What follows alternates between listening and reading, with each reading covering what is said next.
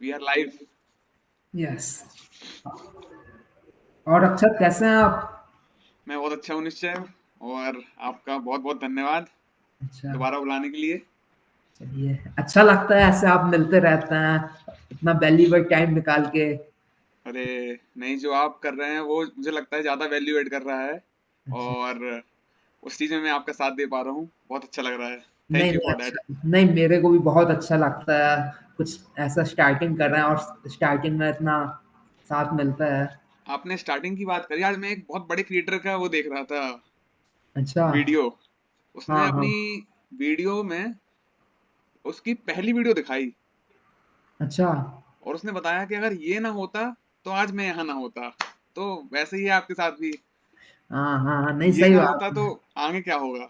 हाँ और आप बताइए, आप कैसे हैं? हाँ, मैं भी अच्छा हूँ। कुछ नहीं, बस कॉलेज करता हूँ, 3-4 घंटे कॉलेज में गया और फिर उसके बाद कुछ असाइनमेंट लिखा, कुछ किया। थोड़ा यूट्यूब में काम कर रहा हूँ आजकल। नहीं नहीं, इतना सब करने के बाद भी आप इतना कर रहे हैं, ये ज्यादा बड़ी बात है मुझे लगता है। और अक्षर आप बताइए, आपका क्या चल रहा है? अब निश्चय बस ये लास्ट सेमेस्टर है, और कैंपस में डिफरेंट डिफरेंट कोर्सेज, और लास्ट ईयर का तो आपको पता ही है, आपका भी डन हुआ है अभी अभी। हाँ हाँ, हुआ है ना। सेम प्रोसेस चल रहा है कि कहीं प्लेसमेंट हो जाए। अच्छा प्लेसमेंट भी चाहिए है, अच्छा कॉलेज भी चाहिए है, फिर लगता है कि हाँ जो मिल जाएगा वो ले लेंगे। हाँ, तो नहीं, थोड़ा अभी चल जो रहा है। कॉलेज का जो अंतिम साल रहता है वो काफी हम्म। मतलब चैलेंजिंग होता है। क्या कहते चुनौतीपूर्ण हैं, तो है भाई, सबके लिए है मुझे लगता बहुत है। ज्यादा।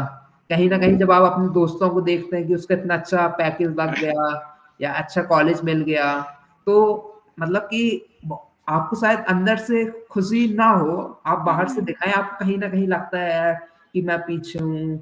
मैंने भी हाँ, देखा है। मुझे मेहनत करनी है।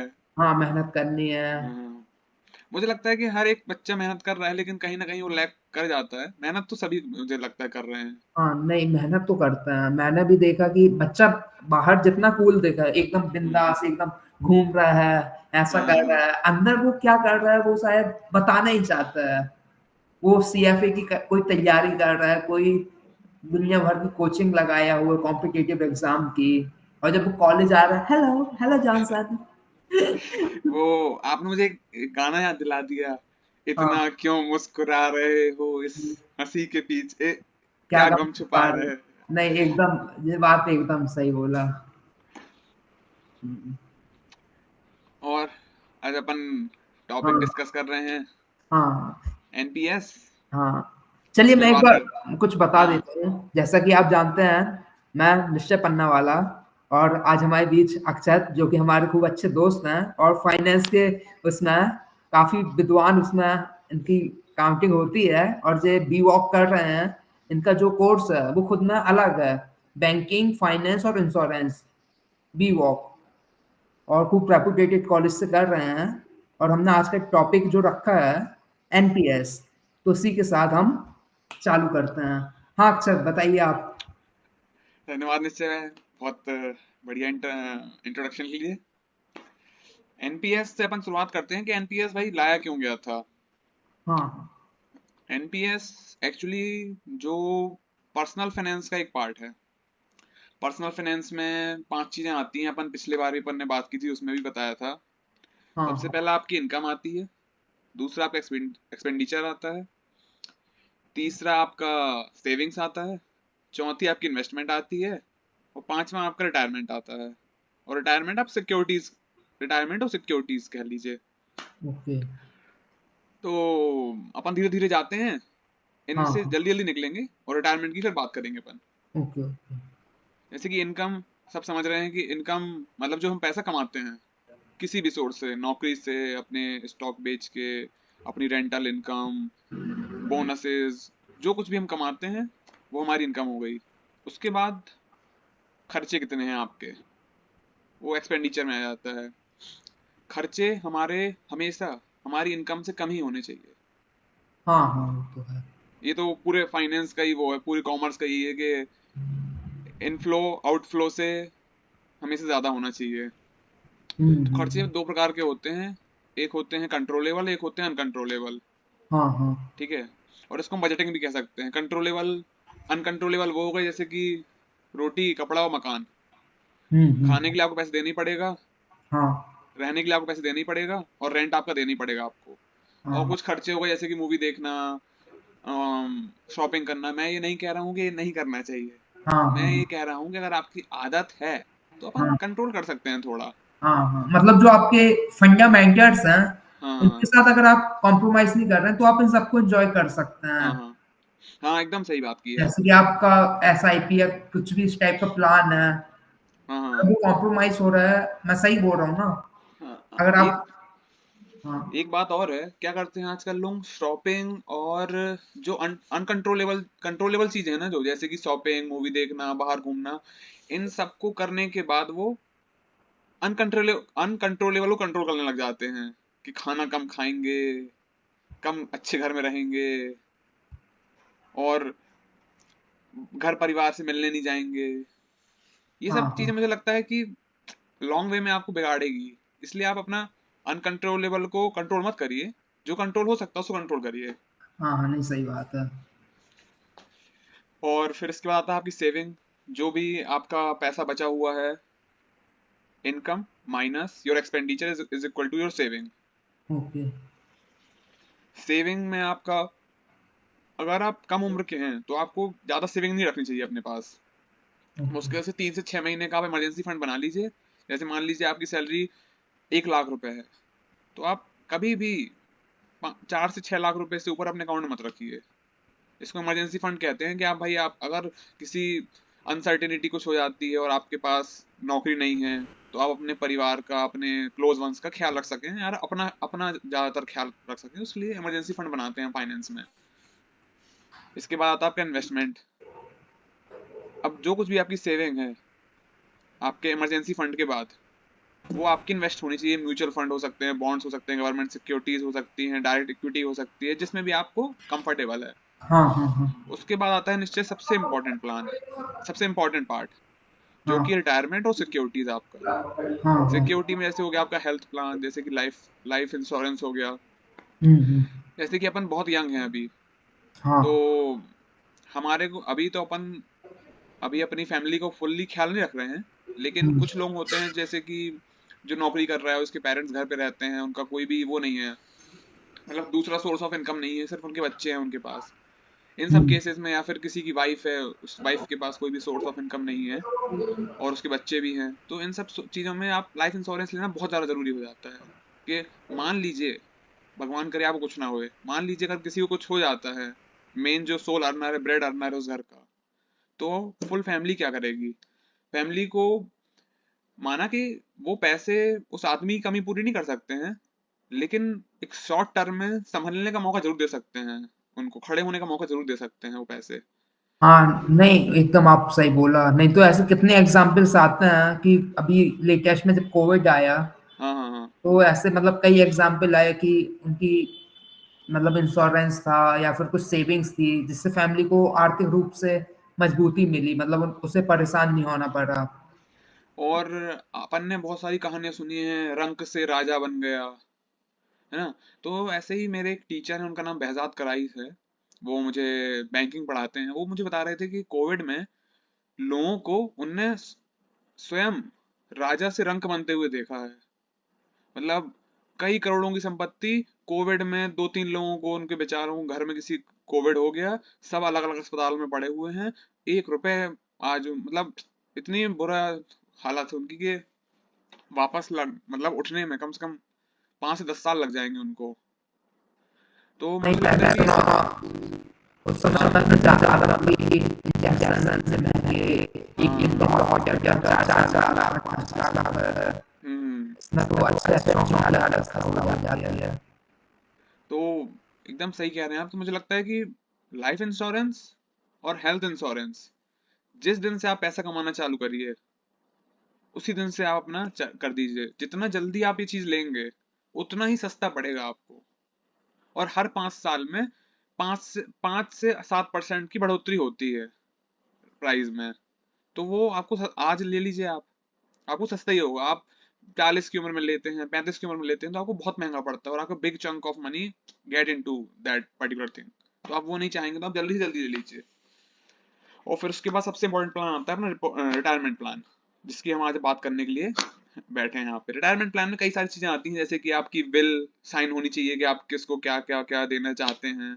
आपकी विल में ये होना चाहिए कि क्या आपकी लड़की को कितना मिलेगा, लड़के को कितना मिलेगा, हाँ आपकी वाइफ को क्या मिलेगा, ये सब चीजें आती हैं। लेकिन आज हम अपन बात करने के लिए बैठे हैं एनपीएस के लिए, नेशनल पेंशन सिस्टम। इसका सिर्फ एक सोल उद्देश्य से बनाया गया था कि रिटायरमेंट के बाद आदमी एक सर्टेन अमाउंट उसको मिलता रहे, जिससे वो अपने जो ओल्ड एज है वो एक अच्छी तरीके से जी सके। इसका सोल यही वो है। तो सबसे पहली बार ये 2004 में लाया गया था, और फिर उसके बाद 2009 में सबके लिए, मतलब 2004 में सिर्फ गवर्नमेंट एम्प्लॉयज के लिए लाया गया था, और 2009 से फिर सबके लिए खोल दिया गया ये। तो अपन फिर चालू करते हैं कि क्या क्या एनपीएस के फायदे हैं और कौन लोग कर सकते हैं इन्वेस्ट। हाँ हाँ, एकदम चालू करते हैं। ठीक है, तो निश्चय में सबसे पहले बता दूं आपको कि एनपीएस, अब अपन इस यहाँ से स्टार्ट कर रहे हैं तो थोड़ा सा एस्पिरेशन दे देते हैं लोगों को, एस्पिरेशन नहीं, जो रियलिटी है वो दिखा देते हैं एक बार। हाँ हाँ। तो एनपीएस की जो गवर्नमेंट वेबसाइट है उसमें वो कैलकुलेटर देते हैं आपको ओके। कि आप अगर आज इन्वेस्ट करते हैं तो आपकी जो एज है, रिटायरमेंट एज, उसमें आप कितने रुपए आपको मिलेंगे। ठीक है, ओके। तो हम वो देख हाँ लेते हैं, फिर हम ब्रीफ चालू करेंगे और उसको डाइसेक्ट करते जाएंगे कैसे कैसे चीजें होती हैं। हाँ। ठीक है, हाँ आप, मैं स्क्रीन शेयर कर रहा हूँ, आप बताइएगा कि आपको विजिबल है कि नहीं। हाँ। हाँ, मैं बताता हूँ। आपको मेरी स्क्रीन विजिबल है?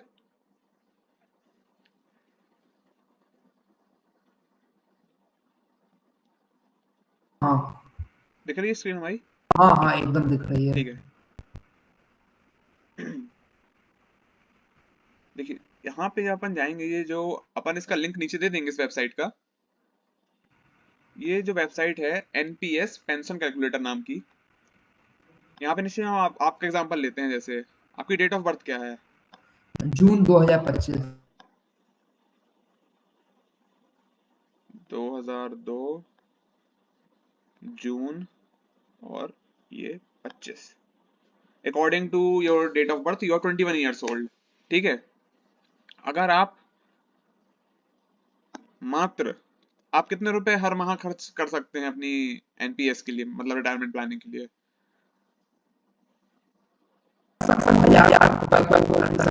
हाँ, अभी उम्र कम है हमारी, तो हम 1000 रुपए का एग्जाम्पल लेके देखते हैं।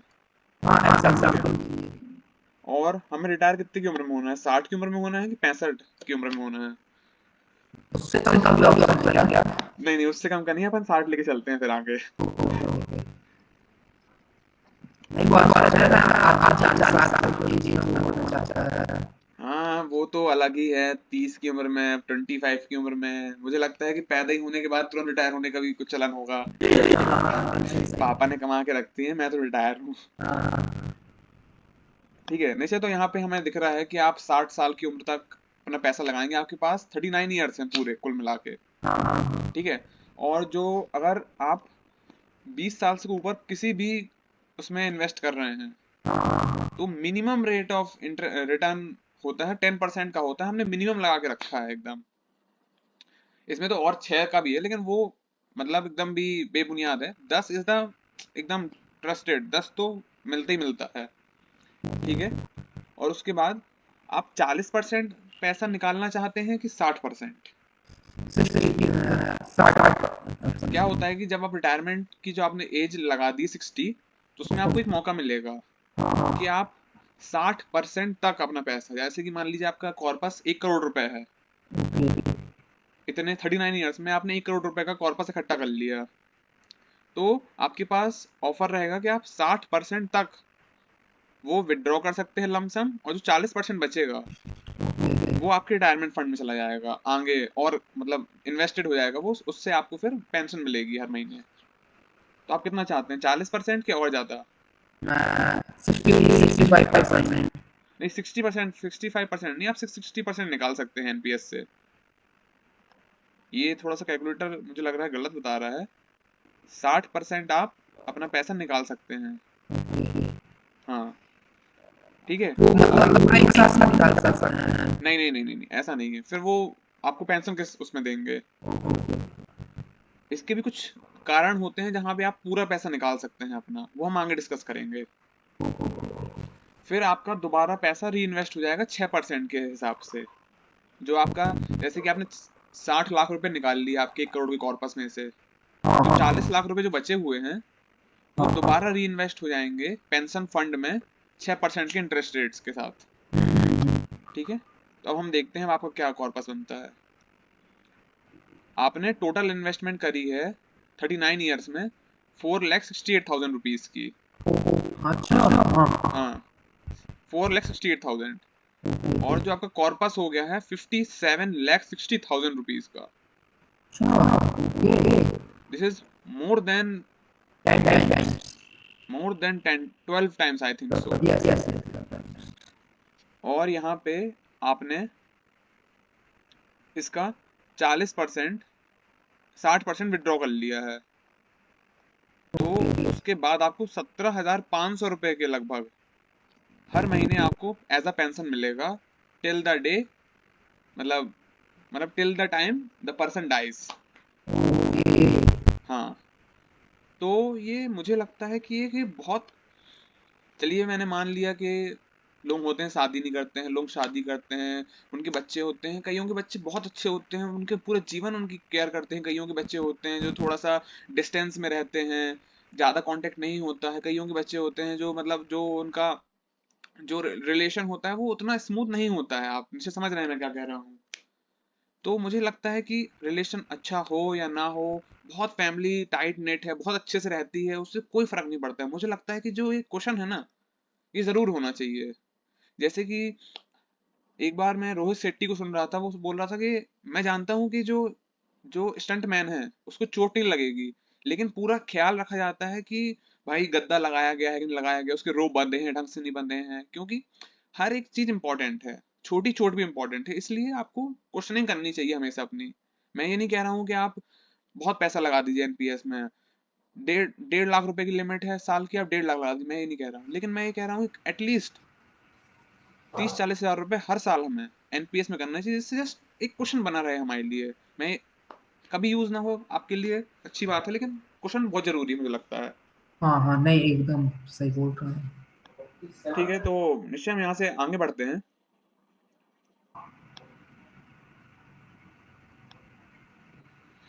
हाँ, तो हमने की बहुत सारी चीजों की बात करी कि पेंशन फंड क्या होता है, कि आप इन्वेस्ट करोगे तो आपको इतने रुपए मिल जाएंगे, तो सिर्फ आपके ऊपर डिपेंड करता है। जैसे कि आपने बोला 1,000 रुपए में इन्वेस्ट कर सकता हूँ, क्योंकि अभी आपकी उम्र 21 साल है। आप, ऐसा तो है नहीं कि आप अभी जितना कमा रहे हैं उतना ही पूरी जीवन कमाते रहेंगे। आज आप मान लीजिए 100 रुपए कमाते हैं, तो ऐसा हो सकता है कि कल के दिन आप 1,000 रुपए कमाने लगेंगे, उसके अगले बार 10,000 रुपए भी कमाने लग जाएंगे। हाँ हाँ तो नहीं। तो सिर्फ एनपीएस नहीं, कोई भी आपका एसेट है, इन्वेस्टमेंट है, आपकी सैलरी में जब इंक्रीमेंट हो रहा है तो आपके खर्चों हम्म। से पहले आपका इन्वेस्टमेंट बढ़ना चाहिए निश्चय। ये हाँ बहुत हाँ बेसिक रूल है फाइनेंस का। अगर आप 5,000 रुपए इन्वेस्ट कर रहे हैं बाजार में, जिस दिन आपकी सैलरी बढ़ी 10% के हिसाब से, तो आपको आपका इन्वेस्टमेंट 10 तो नहीं लेकिन कम से कम 7-8% जरूर बढ़ाना है। हाँ हाँ नहीं एकदम सही बोल रहे हैं आप। नहीं तो कई बार क्या होता है आपकी सैलरी बढ़ गई सब कुछ हो हम्म। गया, लेकिन वो सब खर्चा हो जाता है। हाँ तो इन हैंड आपके पास कुछ नहीं बचता है जब आपको जरूरत होती है उसकी। हाँ। और आपने मुझे एक बार बहुत अच्छी बात बोली थी कि जो आपका, मतलब मैं थोड़ा सा बोल रहा हूँ कि आपने कुछ मुझे बताया था कि आपके इन्वेस्टमेंट कभी भी आपके खर्चों के कारण नहीं बंद होने चाहिए, ऐसा कुछ आपने मुझे बताया था, मुझे याद आ रहा है। हाँ हाँ हाँ। नहीं क्या है, मैं एक सेमिनार गया था, वो एसआईपी का था। उसमें एक्चुअली ये बात बोली गई थी, आपको हाँ। लाइफ एंजॉय करनी है, करो, आपको फॉर्चूनर लेनी, कोई भी कार लेनी आप लीजिए, पर लेकिन जो आपके ये सब है, मतलब कि जो आपका इन्वेस्टमेंट प्लान है उसके हम्म। साथ कॉम्प्रोमाइज मत करिए। कि आप ना, पहले आप मतलब कि हर महीने 20,000 रुपए बचाते थे हम्म। या निवेश करते थे, अब आप 20-30 हजार की आपकी ईएमआई जा रही है। वो हाँ, कुछ एकदम इस सही पे। कह रहे हैं आप। आजकल लोग क्या करते हैं कि 5,000 रुपए एसआईपी कर रहे होते हैं, उसको 3,000 रुपए कर देते हैं, 2,000 का आईफोन ले लेते हैं ईएमआई पे। तो मुझे लगता है ये गलत बात है। डिसिप्लिन डिसिप्लिन इकलौती चीज है जो फाइनेंस में, जो दो लोगों में बहुत बड़ा डिफरेंस लेके आ जाती है। एक आदमी सोचता है कि मैं 5,000 रुपये आज से लगाऊंगा, और एक आदमी सोचता है अरे नहीं नहीं, मैं तो 10 साल के बाद 10,000 रुपये लगाऊंगा। जब आप उनका रिटर्न कैलकुलेट करेंगे ना, तो आप पाएंगे कि जो 5,000 रुपये लगा रहा था उसको रिटर्न ज्यादा है 10,000 वाले से।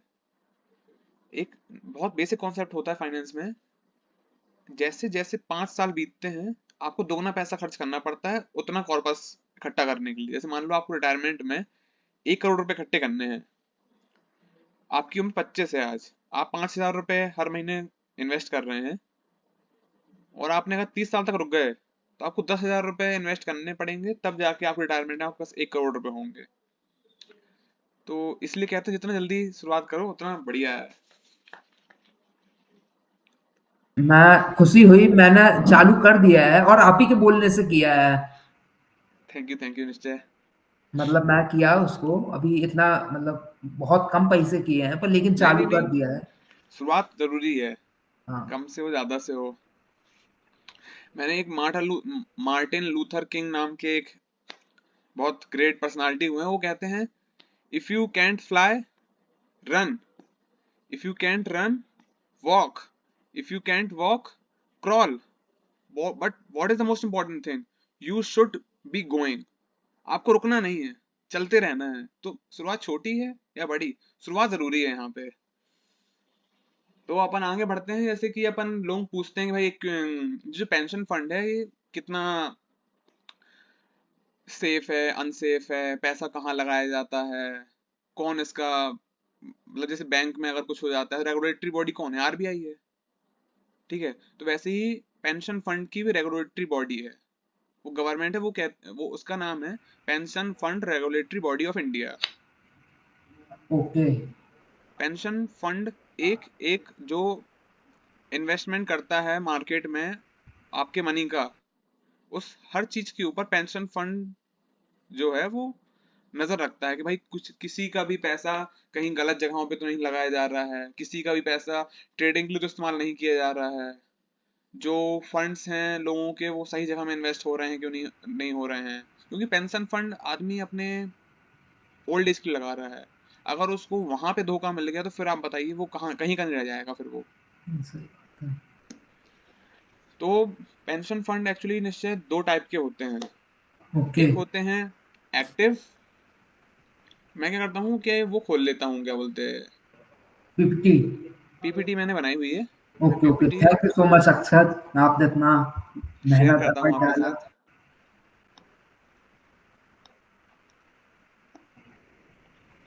पीपीटी दिख रही है आपको? हाँ हाँ। हेलो अक्षत, मेरी आवाज आ रही है क्या? हाँ निश्चय आ रही है आपकी आवाज। सॉरी अक्षत, वो थोड़ा डिस्टरबेंस हो गया। अरे अरे कोई बात नहीं निश्चय। तो वाह।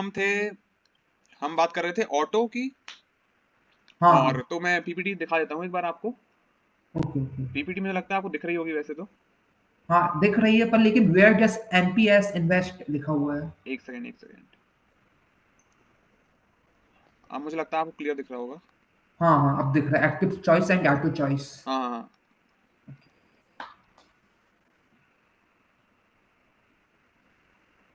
हाँ, तो मैं कह रहा था कि एक्टिव में जो एक्टिव चॉइस होती है उसमें जो, जैसे कि मैंने एनपीएस लिया लेके रखा है, तो मेरे पास फुल चॉइस है कि मैं मेरा पैसा कहाँ पे इन्वेस्ट करना चाहता हूँ। जैसे कि एनपीएस 4 चीजों में पैसा इन्वेस्ट करता है निश्चय, okay equity, corporate bonds, government securities, और चौथा होता है अपना alternate securities, alternate investment. Okay okay. तो इसमें भी कैप लगा के रखा है गवर्नमेंट ने, जैसे कि आप इक्विटी में किसी भी एज ग्रुप के हो, कहीं के भी हो, आप सिर्फ 75% ऑफ योर फंड इक्विटी में इन्वेस्ट कर सकते हो, और ओके। बाकी का जो आपका 25% बचा हुआ है वो जाएगा गवर्नमेंट सिक्योरिटीज की तरफ, कॉर्पोरेट बॉन्ड्स की तरफ, और अल्टरनेट इन्वेस्टमेंट की तरफ। ठीक इक्विटी है, मतलब शेयर मार्केट। इक्विटी मतलब share market, the stocks which are listed in the Indian stock markets, okay उसमें ओके ही सिर्फ पैसा लग सकता है आपका। ऐसा नहीं कि कोई छोटी कंपनी है, स्टार्टअप है, वहां पे आपका पैसा नहीं लगेगा। इक्विटी मतलब ओके सोल स्टॉक मार्केट में।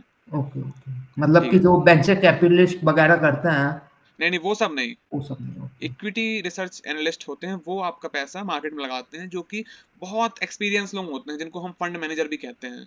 ओके। पेंशन फंड मैनेजर, यहाँ पे हम उनका इस्तेमाल शब्द का इस्तेमाल कर सकते हैं। ओके। वो खूब ज़्यादा एक्सपीरियंस लोग होते हैं, जो आपका पैसा मार्केट में निवेश करते हैं आपके बिहाफ में, आपके पेंशन फंड के बिहाफ में। तो आप एक्टिव समझ गए होंगे कि हाँ हाँ, ये एकदम समझ सोलली गया। आपके ऊपर है, जितनी कम उम्र उतना हाई रिस्क आप ले सकते हैं। यानी कि अगर आपकी उम्र आज 25 साल है, तो आपके पास अभी भी 50 तक भी अगर आप मानेंगे, तो आपके पास 25 साल है पैसे कमाने के लिए। अगर कुछ भी अगर अनसर्टेन होता है, तब आप बाउंस बैक कर सकते हैं। लेकिन यही अगर कोई व्यक्ति ज्यादा उम्र का है, या फिर कोई ऐसा व्यक्ति जिसको ज्यादा ज्यादा परेशानी नहीं चाहिए है अपने उसमें, तो वो ऑटो चॉइस ले सकता है। ये टोटली आपकी एज और आपके रिस्क प्रोफाइल पर वो करता है डिपेंडेंट। ओके। आप अपना रिस्क प्रोफाइल डालेंगे वहां पे कि भाई मैं कम रिस्क लेना चाहता हूँ। यहाँ पे 3 रिस्क प्रोफाइल होते हैं: एग्रेसिव, मॉडरेट और कंजर्वेटिव निश्चय। हाँ इन हाँ। तीन में से आप कोई भी एक चुन लीजिए। आपका पैसा कोई विदाउट हैसल आपका पैसा इन्वेस्ट हो जाएगा आपके पेंशन फंड में। ओके। तो ये दो प्रकार के होते हैं। एक्टिव में आप चूज कर सकते हो भाई कितना कितना परसेंट कहाँ पे मुझे पैसे डालना है। ऑटो में आपको सिर्फ कैटेगरी चूज करना है कि मुझे एग्रेसिवली करना है, कि मुझे मॉडरेट करना है, कि मुझे कंजर्वेटिव रहना है। उसके हिसाब से आपका पैसा इन्वेस्ट हो जाएगा। मुझे लगता है आप अब अपन आगे बढ़ते हैं एक्टिव और ऑटो से। हाँ हाँ। अपन ने ये भी कवर कर लिया कि अपन ने ये कवर कर लिया कि भाई एनपीएस के पेंशन फंड मैनेजर कौन होते हैं। ओके। हाँ। तो इंडिया में कुछ ही नाम हैं जो लोग पेंशन फंड ऑफर करते हैं। ओके। पहला है ICICI prudential pension fund management. Okay. दूसरा है एचडीएफसी पेंशन मैनेजमेंट कंपनी। और तीसरा है SBI pension fund private limited. और चौथा है एलआईसी।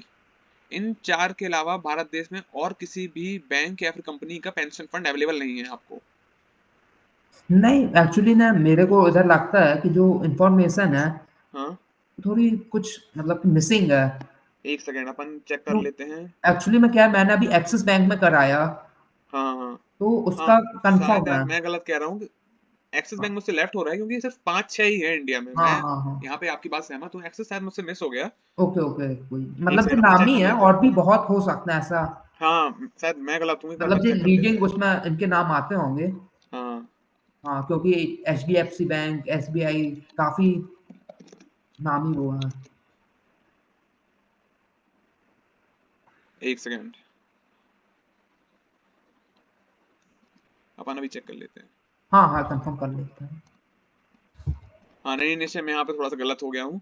मैं आपका धन्यवाद करना चाहूँगा सुधारने के लिए, मुझे थोड़ा सा गलत हो गया था। कई सारे वो हैं, तो आप इनमें से ये नोटेबल नेम्स है। मैंने गलत गलत चीज वो हाँ। कर दी थोड़ा सा। ये नोटेबल नेम्स है जहाँ पे आप इन्वेस्ट कर सकते हैं। ओके। हम कवर कर चुके हैं कि एज और एज एज लिमिट क्या होती है। ओके। तो अपन आगे बढ़ते हैं। अपन एग्जिट की तरफ चलते हैं निश्चय, हाँ हाँ, कि एकदम। हम कब हाँ। एग्जिट कर सकते हैं। ओके। तो पहला तो सबसे आसान था, जिसमें हमने बात की थी कि आप 60 साल के हो जाइए, कम से कम 40%, हम्म। और ज्यादा से ज्यादा 60 आप निकाल सकते हैं अपना पैसा।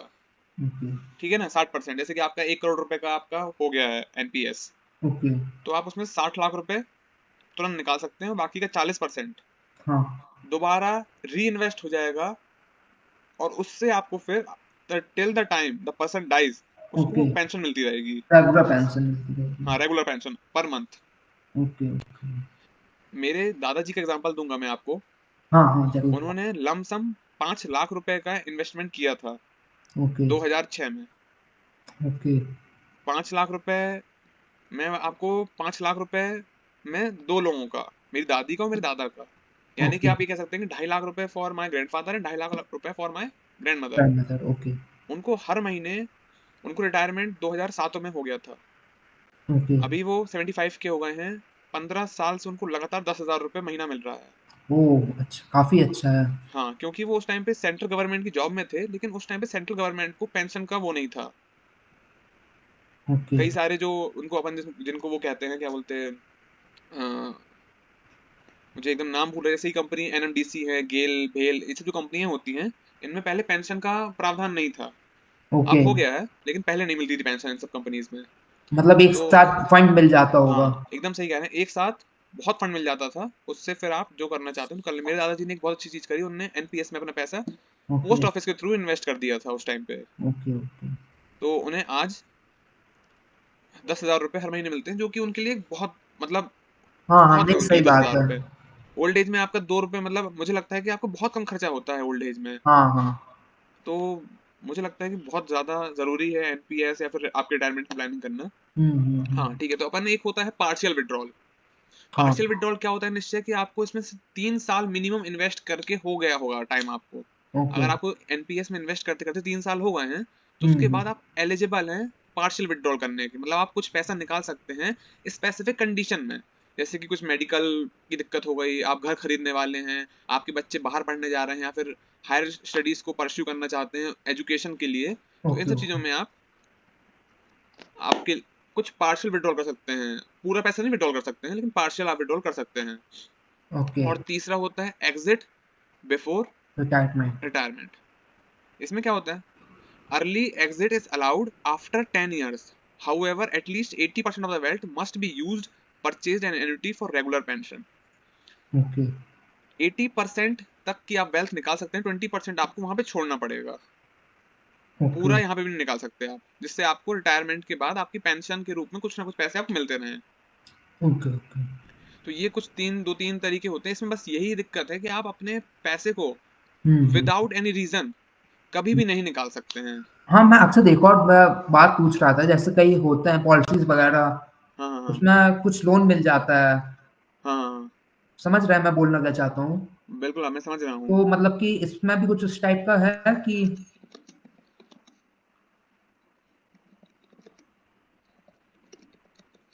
क्या निश्चय, क्या बोल रहे हैं आप? जैसे कि जैसे वो सॉवरेन गोल्ड बॉन्ड करके कुछ होता है, हाँ हाँ हाँ तो उसमें जैसे कि आपके पास पेपर वर्क है उसका, हाँ आप उसके बदले लोन ले सकते हैं। हाँ हाँ हाँ, जैसे आपकी एलआईसी या कोई पॉलिसी है, हम्म, उसके एक्सचेंज में आप 80-90% आपको लोन मिल जाता है। हाँ हाँ सही कह रहे हैं तो आप। इसमें मतलब कि इस टाइप का सर्विस रहती है कि नहीं रहती, मतलब?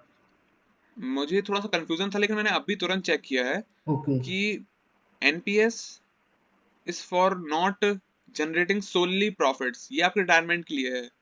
ओके ठीक है ओके। ना? तो इस कारण से आपको एनपीएस के ऊपर लोन नहीं मिलता है। Oh oh, by any chance you are not able to pay your loan, तो जो आपका एनपीएस फंड है वो निकाल दिया जाएगा वहां से। लेकिन एनपीएस का प्लान क्या है, गवर्नमेंट क्या चाहती है कि आदमी जो रिटायरमेंट के बाद का जीवन है, आम हम्म। आदमी, गवर्नमेंट एम्प्लॉय, कोई भी हो, वो एक आसानी से जी सके, उसको पैसों के लिए परेशान ना होना पड़े। हाँ है ना? अगर ऐसा कुछ होने लग गया कि आदमी एनपीएस के ऊपर लोन लेने लग गया और बाई चांस डिफॉल्ट हो गया, हाँ तो फिर तो उसका रिटायरमेंट हाँ, खत्म नहीं हो गया। जो गवर्नमेंट का मोटिव है वो क्लियर है कि यहाँ पे, वो मतलब कि बुजुर्ग लोगों को आर्थिक रूप से स्वतंत्र मजबूत बनाना है। बनाना चाहते हैं, मतलब हाँ कि आत्मनिर्भर बनाना चाहते हैं। हाँ, बिल्कुल वो सही कह खत्म रहे हो हैं। जाएगा। हाँ हाँ हाँ, ओके तो इस कारण से इसके ऊपर नहीं लोन मिलता है आपको। ओके। अपन आगे बढ़ते हैं। हाँ हाँ। निश्चय यहाँ पे दो प्रकार के अकाउंट होते हैं। ओके अपन ने अभी बात करी, जितनी भी बात करी अपन टायर वन टाइप के अकाउंट की करी है, ओके जिसमें कि आपको एक रिटायरमेंट अकाउंट है, आपको टैक्स बेनिफिट मिलते हैं, जिसकी हम अगली ही उसमें बात करने वाले हैं। थोड़ी बहुत कंडीशन होती हैं विड्रॉल की, और लॉक इन होता है till you turn 60 years of age. ठीक है, ये आपका होता है टायर वन अकाउंट। और most of the people those who are buying NPS have tier one account. ठीक है, और निश्चय एक टायर टू अकाउंट भी होता है, जिसको आप as a mutual fund use कर सकते हो, जहां पे आपको 10% के आसपास का रिटर्न मिलेगा। तो वही आदमी टायर टू अकाउंट खोल सकता है जिसके पास टायर वन अकाउंट है। तो इसको आप as a saving cum investment account use कर सकते हो, जिसमें आप एट 10% का कुछ कहते हैं कि अगर 20 साल से ऊपर आपने अगर एनपीएस में इन्वेस्ट कर दिया है, तो आपको मिनिमम मिनिमम 10% का आपको मिल सकता है। मतलब ऐसा कहा जाता है 10% तो फिक्स मिलता ही मिलता है, उससे ज्यादा ही मिल सकता है। तो आप as a saving investment account आप अपने टायर टू को यूज कर सकते हो, लेकिन टायर टू अकाउंट तभी खुलता है जब आपके पास टायर वन अकाउंट होता है। तो ऐसा कुछ खास नहीं है, सिर्फ टायर वन अकाउंट खोलते हैं लोग, टायर टू को एज अ म्यूचुअल फंड इस्तेमाल करते हैं। लेकिन टायर टू का सब दिक्कत क्या है कि जो भी इनकम आप टायर टू से कमाओगे, उस पूरी टैक्स उसके ऊपर लगता है, जो कि नॉर्मल टैक्स रेट होते हैं। यानी कि जिस टैक्स स्लैब में आप आते हो, लॉन्ग टर्म गेन टैक्स जो कि 10% होता है, वो सब लगते हैं इसमें। लेकिन एक फायदा है टायर 2 अकाउंट में, कोई भी विड्रॉल की वो नहीं है, लिमिट नहीं है, आप कभी भी विड्रॉल निकाल सकते हो आपका पैसा, और कोई भी लॉक इन पीरियड नहीं होता है निश्चय। मतलब ये आप जैसे बिजनेसमैन के लिए काफी यूजफुल हो सकता है शॉर्ट रन में। मैं एक और कंफर्म करना चाहता हूँ, मतलब जो टायर वन अकाउंट, मतलब जो एनपीएस के हैं, हाँ, दो प्रकार के अकाउंट होते हैं एनपीएस में, एक उसमें टायर 1 नहीं, और टायर 2। उसमें मतलब जो टायर वन है उसमें हाँ 1.5 लाख रुपए आप साल का मैक्सिमम कर सकते हैं, हाँ, टैक्स 1.5 लाख बेनिफिट ले रुपए साल, सकते हैं। हाँ हाँ हाँ, एकदम सही कह रहे हैं आप। ओके, और जो टायर टू है उसको एक बार बताइए, मेरा इतना मतलब समझ नहीं पाया मैं। टायर 2 में निश्चय, हाँ टायर 2 में आप एज अ इन्वेस्टमेंट अकाउंट उसको यूज कर सकते हैं, लेकिन टायर 2 अकाउंट होने के लिए आपके पास टायर 1 होना जरूरी है। नहीं, इन्वेस्टमेंट मतलब जो एनपीएस अपन ने लिया। हाँ, नहीं नहीं, वो नहीं टच होगा आपका। ओके। आप सिर्फ एक अकाउंट और खुलवा रहे हैं, उसको टायर 2 अकाउंट खोलते हैं, वो आप अच्छा एज अच्छा। अ इन्वेस्टमेंट यूज कर सकते हैं। ओके, आपने एक और पॉलिसी ले ली। एक और पॉलिसी नहीं ली है यहाँ पे आपने, हाँ आपके मतलब, सेम अकाउंट पे एक और अकाउंट लग जाएगा जिसको टायर 2 अकाउंट कहते हैं। जैसे कि आपको मतलब टायर 1 अकाउंट है, उसमें ना टैक्स लगता है, ओके। उसमें कंडीशंस होती हैं विड्रॉल करने के लिए, हाँ उसमें हाँ लॉक इन पीरियड होता है, हाँ हाँ। ठीक है। और टायर 2 अकाउंट में कोई कंडीशंस नहीं होती हैं, उसमें टैक्स लगता है, उसमें रिस्ट्रिक्शन कोई नहीं रहती है, आप कभी भी आपका पैसा निकाल सकते हो। ओके ओके मतलब उस एज अ म्यूचुअल फंड है, different kind of mutual fund. Okay. ठीक है, आप समझ गए आप। हाँ हाँ हाँ, काफी। हाँ, कोई और डाउट आपका। नहीं नहीं, और मैं, जनरली जनरली लोग टायर 2 अकाउंट नहीं खुलाते हैं, वो अगर उनको इन्वेस्ट करना ही है पैसा, तो हाँ वो हाँ। म्यूचुअल फंड में इन्वेस्ट कर लेते हैं, क्योंकि वहां पे ज्यादा रेट ऑफ रिटर्न रिटर्न अच्छा है, return okay. On investment. Hmm. यहाँ पे सिर्फ सेफ लोग यूज करते हैं, जो एज इनकी ज्यादा होती है, जो अपना पैसा हम्म। सेफ रखना चाहते हैं, उन सब चीजों के उसमें। Okay okay. अब अपन निश्चय सबसे जो लोगों का फेवरेट क्वेश्चन होता है टैक्स बेनिफिट का, हाँ हाँ। उसमें अपन चलते हैं और बताते हैं कि टैक्स बेनिफिट में क्या पूरा वो रहता है। ओके। टैक्स में निश्चय आप अप टू, अगर आप, आपको स्क्रीन दिख रही है। हाँ हाँ एकदम।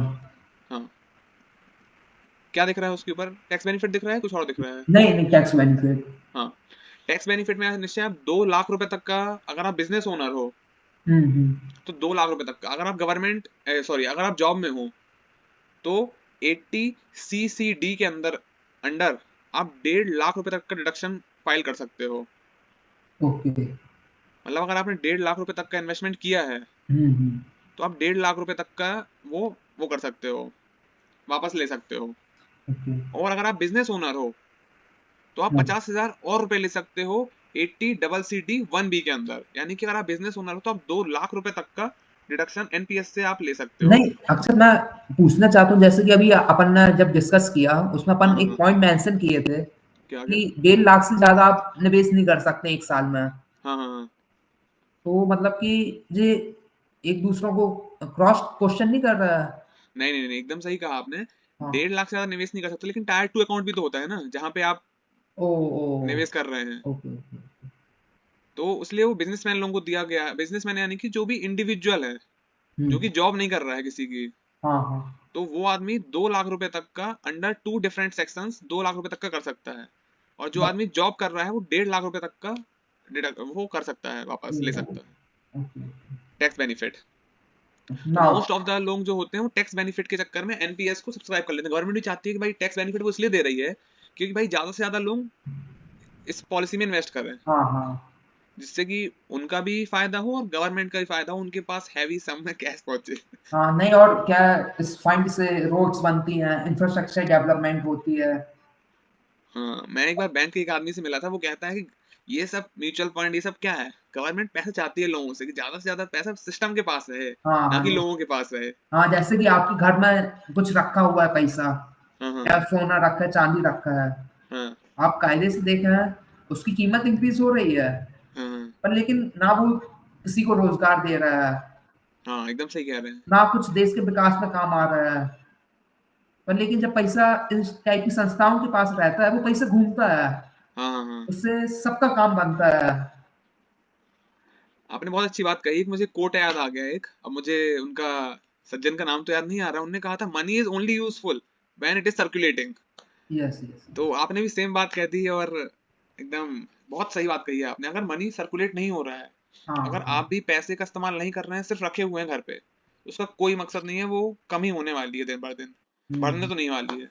हाँ तो मुझे लगता है निश्चय अपन ने काफी सारे टॉपिक एकदम क्लियर कर लिए हैं। हाँ अगर हाँ। आप बताइए कुछ और, अगर आपको समझ में ना आया हो कहीं पे, नहीं, तो मेरे को या समझ फिर तो कुछ। आया है, जैसे कि मैं हाँ न्यूज़पेपर, पॉलिटिकल न्यूज़ सबको देखता रहता हूँ।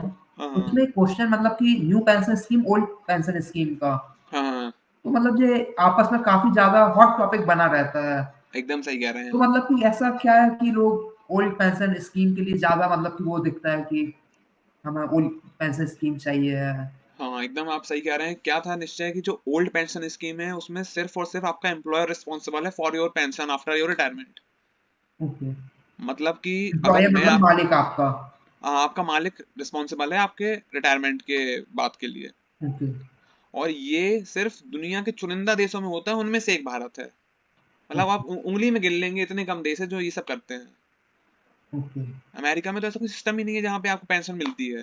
मतलब हम्म। वहां पे भी पेंशन लाइक जो अपना एनपीएस है जो भारत का नेशनल हम्म, पेंशन सिस्टम, वैसा हाँ उनके पास भी पेंशन सिस्टम है। लेकिन क्या, जो एम्प्लॉय पैसा कमा रहा है अपने लाइफ टाइम में, हाँ। वो ही अपने कुछ हिस्सा अपने एम्प्लॉयर के साथ मिलके इन्वेस्ट करता है अपने पेंशन फंड में, ओके। है ना। लेकिन हाँ। इंडिया में क्या है, सोली सिर्फ और सिर्फ आपका जो एम्प्लॉयर है वो पूरा पैसा लगाता है, जो कि एक बहुत बड़ा ब्लॉकेज था। हम्म। अब मुझे एकदम करेक्ट नंबर तो याद नहीं आ रहा है, लेकिन वो नंबर बहुत ज्यादा बड़ा है। कंपनीज का जो वो है वो ज्यादातर पेंशन में जा रहा था, बल्कि उसको जाना चाहिए आरएनडी में, towards more good facility, higher infrastructure, इस तरफ जाना चाहिए। बल्कि उस तरफ में जा करके 50% से ज्यादा पैसा सिर्फ पेंशन फंड में जा रहा है लोग, सरकार का। तो सरकार ने क्या सोचा कि अगर if you want to develop our nation as nicely as other developed nation, we have to take some strong actions. तो उसके तहत सरकार ने क्या किया, उन्होंने ये कहा कि भाई जो पूर्ण मतलब जो पूरी तरीके से हम आपको पैसा देते थे, अब हम्म। वैसा नहीं होगा। कुछ पैसा आपकी सैलरी से कटेगा और कुछ पैसा सरकार देगी उसमें। हम्म। तो इसलिए लोग विरोध करते हैं। और कई देखिए जैसे मार्केट है, मार्केट क्या है कि वोलेटाइल होते हैं। अगर मान लीजिए आपकी जब 60 की उम्र हुई और उस टाइम पे मार्केट एकदम ध्वस्त हो गए, तो फिर आपका वो लॉस हो जाएगा ना काफी सारा। अच्छा, तो जैसे कि ये स्लाइड्स अपना हो गया है क्या? हाँ हाँ, इसको बंद कर दें क्या? हाँ, आप अपना फेस मतलब कैमरा।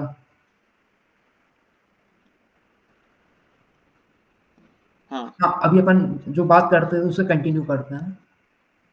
जैसे तीन चार चीजें हैं जो, जैसे कि भाई चेंज चेंज जो होता है ना वो बहुत बहुत पेनफुल होता है एक्चुअली। ओके। और जो ये पॉलिसी है मैं मेरी तरफ से अच्छी मानता हूँ। लेकिन ओके। अगर आप गवर्नमेंट जॉब में हैं तो आपके लिए थोड़ा डिफिकल्ट होगा इसको एक्सेप्ट करना। या आप, ऐसा नहीं है कि आप तुरंत लेके आए और आप तुरंत एक्सेप्ट कर लेंगे लोग, तो ये तो बिल्कुल भी नहीं होने वाला है। हाँ हाँ, वो एक ऐसा हाँ फेमस डायलॉग भी है, जो बड़ी चीजें रहती हैं वो समय लेती हैं चेंज हाँ लेने। हाँ। द ग्रेट और टेक अ मुझे लगता है for the time. Economic growth और economic growth and welfare of the country के लिए, मुझे लगता है जो पेंशन सिस्टम है उसको चेंज करना जरूरी है। हाँ हाँ, दिस इज नहीं। My personal point of view. Okay. हाँ, नहीं, सही बात है। मैं भी देखता हूँ कि अपने जैसे कि जो सेना थी, डिफेंस था, हाँ उसमें खूब बड़ा एक हिस्सा पेंशन के उसमें जा रहा था। हाँ, ये तो सिर्फ सेना की बात नहीं निश्चय, मुझे लगता है पूरे के हाँ पूरे सिस्टम की बात हाँ, ये मैं है, सारी एग्जांपल में गवर्नमेंट। उसको, हाँ, नहीं, सही बात है। हाँ हाँ। और हाँ। इसमें एक रूल भी होता है, जो आपकी लास्ट सैलरी होती है ना, उसके हिसाब से आपको कंपनसेट किया जाता है। ओके। कि अगर इस आदमी को 1 लाख रुपए मिल रहा था, तो अब इसको उसके अकॉर्डिंग टू हिज सैलरी उसको पेंशन के दिया जाता है। ऐसा नहीं दिया जाता कि भाई किसी की सैलरी 1 लाख रुपए और उसकी पेंशन 10,000 रुपए होगी। ऐसा नहीं होता। अगर किसी की सैलरी 1 लाख रुपए थी तो उसको कम से कम एटलीस्ट 40 से 50 हजार रुपए पेंशन मिलती है हर महीने। ओके। हाँ। हाँ, मतलब तो ओवरऑल की जो एम्प्लॉइज मतलब कि आप पर्सनल लेवल में देखेंगे, तो हम्म, कहीं ना कहीं उसके मतलब कि ओल्ड पेंशन स्कीम की ज्यादा प्रशंसा करते हैं। ऑब्वियसली क्योंकि उसमें जो गारंटी, एम्प्लॉय था ना, मतलब एक उसको, गारंटी टाइप का है। हाँ हाँ बिल्कुल सही। नहीं, गारंटी तो एनपीएस में भी है, लेकिन वो उसको डिसिप्लिन लाना पड़ेगा निश्चय। उसको ओके। इन्वेस्ट करना पड़ेगा अपना पैसा ओके। मंथली। वो डिसिप्लिन की कमी है मुझे लगता है लोगों में, इसलिए वो डर रहे हैं कि भाई कि ये हो जाएगा वो हो जाएगा। बल्कि कुछ नहीं होगा। आपका जो अभी जो आपको पैसा मिलता है ना, मुझे लगता है उससे कई गुना ज्यादा ही मिलेगा। गवर्नमेंट कहाँ इन्वेस्ट करती है? गवर्नमेंट तो कम लेस लेस मतलब जहाँ रिटर्न कम होता है वहां करती है, बल्कि एनपीएस तो बहुत ही डाइवर्सिफाइड है, और जितनी कम उम्र में आप स्टार्ट कर देंगे उतना ज्यादा आपको रिटर्न मिलने के चांसेस हैं। जैसे कि मैंने आपको दिखाया था, 1,000 रुपये आपने मंथली इन्वेस्ट किए, 1,000 रुपये आप खर्च कर देंगे, आपको पता भी नहीं चलेगा। हाँ सही बात है। आपने 39 ईयर्स में 4.5 लाख रुपए के आसपास जमा किए, और हम्म। आपको 12x रिटर्न मिला निश्चय, 12x। ओके। और हमने सब कुछ मिनिमम लगा के रखा था कि भाई सिर्फ 10%, ये आपका बढ़ के 13 से 15% भी हो सकता है, लेकिन हमने सिर्फ 10% लगाया, क्योंकि हमको जो चीज बतानी थी लोगों को वो रियलिस्टिक बतानी थी। बताने को तो हम 13% भी लगा सकते थे, 15 भी लगा सकते थे, लेकिन वो नहीं करना था। ओके। हाँ, तो मुझे लगता है कि चेंज की बात है, कुछ समय के बाद लोग एक्सेप्ट करेंगे, और जब जब वो पहली जो एक उम्र आएगी जहाँ पे लोग एनपीएस का फायदा ले पा रहे होंगे, तब जाके उसका ज्यादा प्रशंसा करना चालू करेंगे लोग, क्योंकि अभी एकदम बहुत नया है, किसी ने कुछ देखा नहीं है, किसी को कुछ पता नहीं है कि भाई कैसे काम करता है ये। तो उनके मन में टेंशन है कि भाई हमें हमारा पैसा लॉस हो जाएगा, या फिर हमें हमारी पेंशन नहीं मिलेगी। ऐसा कुछ नहीं है, सबको पेंशन मिलेगी, और सबको प्रॉपर उनका वो मिलेगा जो उनको मिलना चाहिए। ओके। तो निश्चय अपन तो एनपीएस का कवर कर चुके हैं पूरा, तो अपन एक रिवाइज कर देते हैं सीधे सीधे। हाँ हाँ एकदम आप। एनपीएस एक पेंशन फंड है, नेशनल पेंशन सिस्टम, जहाँ पे आप अपनी रिटायरमेंट प्लानिंग कर सकते हैं। कम से कम 18 उम्र, ज्यादा से ज्यादा 65 की उम्र तक आप अपना पैसा डाल सकते हैं। कम से कम 500 रुपए से आप शुरुआत कर सकते हैं, और आपका पैसा एकदम 3-4 जगहों में इन्वेस्ट किया जाता है। उसको कहते हैं ECGA। ई मतलब होता है इक्विटी, सी मतलब होता है कॉर्पोरेट बॉन्ड्स, जी मतलब होता है गवर्नमेंट सिक्योरिटीज, और ए मतलब होता है अल्टरनेट इन्वेस्टमेंट्स। इन सब में दो टाइप के अप्रोचेस होते हैं, एक होता है एक्टिव अप्रोच, एक होता है निश्चय ऑटो अप्रोच, जैसे कि हमने बात करी। तो एक्टिव अप्रोच में आपके पास चॉइस होती है कि आप अपना पैसा कहाँ पे इन्वेस्ट करना चाहते हैं, कितना कितना परसेंट करना चाहते हैं। और एक होता है ऑटो, जहाँ पे सिर्फ आपको कैटेगरी चूज करनी है कि एग्रेसिव, मॉडरेट, कंजर्वेटिव। तीनों तीनों कैटेगरी होती हैं, आपकी एज और आपके रिस्क प्रोफाइल के हिसाब से आप इन्वेस्ट कर सकते हैं। इसमें जो इसमें आप टैक्स बेनिफिट्स भी होते हैं, जैसे कि 80CCD के अंदर आप 1.5 लाख रुपए तक का वो ले सकते हैं। अगर आप एक इंडिविजुअल बिजनेस ओनर हैं तो आप 80CCD 1B के अंदर 50,000 रुपए और का भी वो ले सकते हैं। ओके। तो और बहुत से लोग टैक्स बेनिफिट के चक्कर में एनपीएस लेते हैं, जो कि मैं समझता हूँ एक बहुत अच्छी अप्रोच है। आपका एक रिटायरमेंट कॉर्पस भी बिल्ड होता जा रहा है, और आप 1.5 लाख रुपए तक का अपना टैक्स रिटर्न भी वापस ले सकते हैं। अगर आप अगर आप एक रिटायरमेंट प्लानिंग कर रहे हैं, तो मैं समझता हूँ अगर आप 50-60 हज़ार रुपए या फिर 1 लाख रुपए तक की अगर आपकी इनकम है, तो मिनिमम से मिनिमम 3 से 5 हज़ार रुपए का आप हर महीने आपके एनपीएस के लिए रखिए, जो कि आपके लिए एक बहुत अच्छा क्वेश्चन बेडिंग तैयार कर देगा आपके रिटायरमेंट के लिए। और आप 10 साल के बाद अगर आप चाहते हैं कि आपके बच्चे बाहर पढ़ने जा रहे हैं, अगर आपके यहाँ शादी है, अगर आपके यहाँ घर बनाना है आपको, तो आप अपना 80% कॉर्पस बाहर निकाल के उसको यूज कर सकते हैं विदाउट एनी प्रॉब्लम। तो निश्चय मुझे लगता है कि मैंने सारा रिकैप कर दिया, और कुछ छूटा तो आप बताइए मुझे। नहीं नहीं कर लिया है, पूरा कर लिया है। और मतलब बहुत अच्छा से आपने जो एक्सप्लेन किया है, मतलब ए टू थैंक यू। जेड जितना मतलब कि होता है, कब चालू कर सकते हैं, किस टाइप की अप्रोच लेके चलना चाहिए, वो सब आपने कवर किया है, वो काफी प्रशंसनीय है। इट्स रियली वेरी अरे अप्रिशिएटेबल। थैंक यू निश्चय, आपने मुझे मौका दिया। ये हाँ तो हाँ। आपके माध्यम से हम भी कुछ सीख रहे हैं, और हम्म। लोग भी कुछ सीख रहे हैं, तो इससे अच्छी बात क्या हो हाँ हाँ सकती है। नहीं अच्छा है ना, अपनी दो बातें भी हुई और दो बातें काम की और दो ज्ञान की। एकदम क्या बात कही है आपने, दो हाँ बातें काम की, दो बातें ज्ञान की। तो मतलब क्या अच्छा मिलना हुआ अपना। अपन आगे भी मतलब इसमें करते रहेंगे, और बहुत अच्छा एक्सप्लेन किया आपने जो प्रेजेंटेशन सब लेके आए। मुझे क्या लगता है निश्चय, जो इंडियन मार्केट्स है ना, हम्म। वो ग्रो ही होने वाले हैं। ओके। जैसे कि हमारे देश का जो युवा है, यूथ है, जो काम करने वाला है, वो बहुत अब मैच्योर हो रहा है। वो उसको अपनी पर्सनल एस्पिरेशंस हैं, उसको अपने भविष्य में भी अच्छा करना है। तो हम्म। आप देखेंगे कि हर एक उसका आदमी, हर एक वर्ग का आदमी, ओके। आप ट्रेन में जाइए, आपको एक छोटा बच्चा भी मिल जाएगा 18 साल का, जो स्टॉक मार्केट और उसकी बात कर रहा है। आपको 25-30 साल की नौकरी में जाने वाले लोग मिल जाएंगे जो स्टॉक मार्केट की बात कर रहे हैं। और आपको हम्म। बुजुर्ग लोग भी मिल जाएंगे जो स्टॉक मार्केट और म्यूचुअल फंड और पेंशन फंड और इन सब की बात कर रहे हैं। तो इसका मतलब हम्म। क्या है, जो फाइनेंशियल लिटरेसी का ऑब्जेक्टिव था गवर्नमेंट का, वो हाँ लोगों हाँ। तक पहुंच रहा है, हाँ जो कि बहुत उसका। इंपॉर्टेंट है। नहीं नहीं कोई सब नहीं, जब से मतलब कि जो सोशल मीडिया आया है, हाँ हाँ हाँ। यूट्यूब इंस्टाग्राम और भी बहुत कुछ, इसमें मतलब जो कंटेंट क्रिएटर्स हैं उनमें इसमें बहुत बड़ा हाथ है उनका। नहीं नहीं, एकदम सही कह रहे हैं आप। उनकी हो सकता है कि कई बार क्या रहता है, वो कस्टमर को एक्वायर करने के लिए हाँ हाँ एकदम हाँ। ऐसे प्रॉफिट दिखाते हैं, 50 लाख 50 लाख, 20 हजार 50 हजार, पर लेकिन इससे लोगों को बहुत कुछ सीखना मिला। मुझे क्या मतलब लगता है जो निश्चय कि जब भी कुछ भी चीज नई होती है ना, तो उसमें फ्लॉज हमेशा रहते हैं शुरुआत में। फिर वो हम्म। धीरे धीरे उन फ्लॉज को कम किया जाता है, लेकिन उन फ्लॉज का जो शिकार हो जाते हैं उनके लिए बुरा लगता है। लेकिन हाँ हाँ जब भी कुछ नया सिस्टम होता है उसमें कुछ ना कुछ लोग आदमी लूप होल निकाल लेता है। हाँ। फिर धीरे धीरे जो गवर्नमेंट अथॉरिटीज होती हैं, रेगुलेटरी बॉडीज होती हैं, वो नए नए लॉज और नए नए रूल्स लेके आती हैं जिससे वो सब चीजें कम हो सके। हम्म। जैसे कि आपने देखा होगा जब नया नया यूपीआई आया था तो कितना ज्यादा फ्रॉड हुआ करता था, हाँ हाँ कि आप अपना कोड बता दीजिए, कोड बताया पूरे पैसे गायब हो गए। अब वो आपको सुनने में कम मिलता होगा। हाँ। तो समय के साथ मुझे लगता है कि चीजें इवॉल्व होती हैं, और मुझे लगता है समय के साथ भी जो लोग फाइनेंशियल लिटरेसी ले रहे हैं ना, वो भी हम्म। इवॉल्व होंगे। वो भी हाँ समझेंगे कि उनको कहाँ पैसा लगाना है, ट्रेडिंग करनी है उनको, कि उनको म्यूचुअल फंड में इन्वेस्ट करना है, कि वो खुद से अपना पैसा इन्वेस्ट कर सकते हैं इक्विटी में। तो वो समझ रहे हैं, अभी वो समझे नहीं है। मुझे लगता है कि अभी दौर में है वो, they are hmm. On a वे। जैसे कि जो एक ऐसा नहीं है, great things take a time, हाँ एकदम वो सही। सेम सीन, मतलब कि हाँ जो क्रांति होती है उसे लाने में संघर्ष लगता है। एकदम सही कह रहे हैं आप। तो तो वैसे ही। हाँ हाँ, ठीक है, आप कुछ कह रहे थे। नहीं नहीं नहीं।